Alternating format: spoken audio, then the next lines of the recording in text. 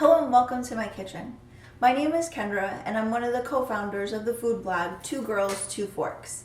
Today I'm here to show you one of my favorite recipes, Noni's baked shrimp. When I was a kid, we would go to my grandmother's house every Sunday for dinner, like most Italian families. Almost every Sunday, she would make Sunday sauce with meatballs, stuffed peppers, chicken cutlets, and even pasta.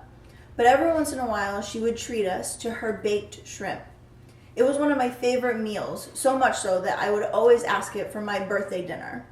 Today I'm going to take some time to show you how to make this quick and easy meal because you can not only have it on a weeknight, but you can also serve it alongside a great steak at a dinner party. Let's get started.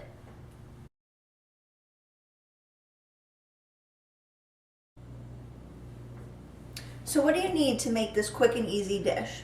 Let's start with the gadgets you'll need. First, you want to make sure that you have a food processor.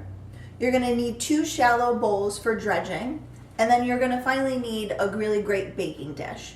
The ingredients, you're going to need 2 sleeves of Ritz crackers, about 20 to 25 shrimp. You want to make sure they're deveined with the skin off, as also with the tail off. You can actually find them frozen like that, or you can have your fishmonger in your local store do it for you. You're also going to need a small batch of cremini mushrooms, also known as portobello mushrooms, and you want to make sure they're sliced.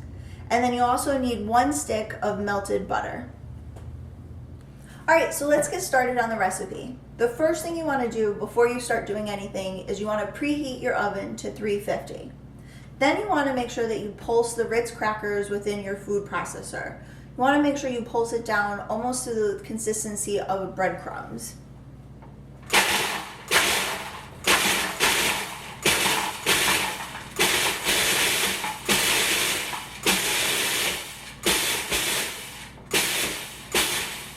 Shouldn't take that long. Now, if you don't have a food processor, don't worry, because Noni never uses one either. You can take a large Ziploc bag, dump all your Ritz crackers in here, and you can roll them out with a rolling pin until they're the consistency of breadcrumbs. You can always leave a little larger chunks. They always taste better, nice and buttery, crispy crackers.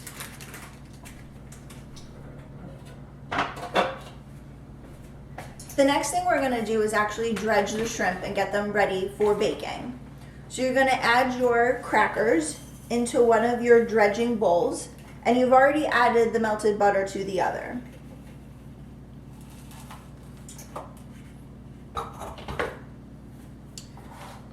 Since all of your shrimp are peeled, deveined, and without a tail, the only thing you're going to do is dip them into the butter, then into the crackers, and then you're going to lay them into your baking dish. This is probably the most tedious part of this process. You also want to make sure that you use 1 hand for each one. So you'll have 1 hand to dip into the butter, and then the other to dip into the crackers.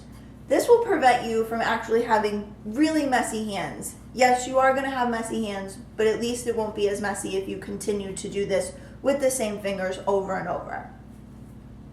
You want to make sure that when you're laying them into your baking dish, that you're laying them out to be really pretty. You know, if you choose the right baking dish, this can go straight from the oven, straight to your dining room table to serve. After all of that time and you're finished breading the shrimp, you're going to take some time to sprinkle around the cremini mushroom slices.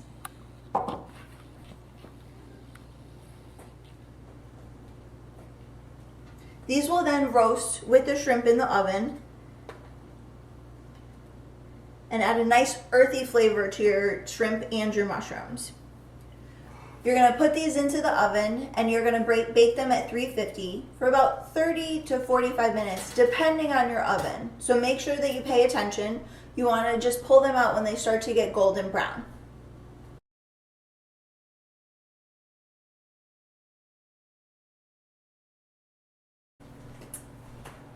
These are ready now, nice and golden brown, and the mushrooms are roasted beautifully.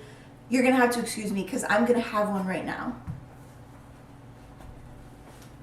As you can see, like I said, if you put them in a beautiful baking dish, you can bring them just straight to the table, just like this.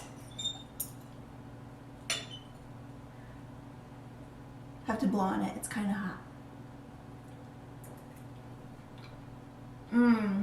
They're cooked perfectly.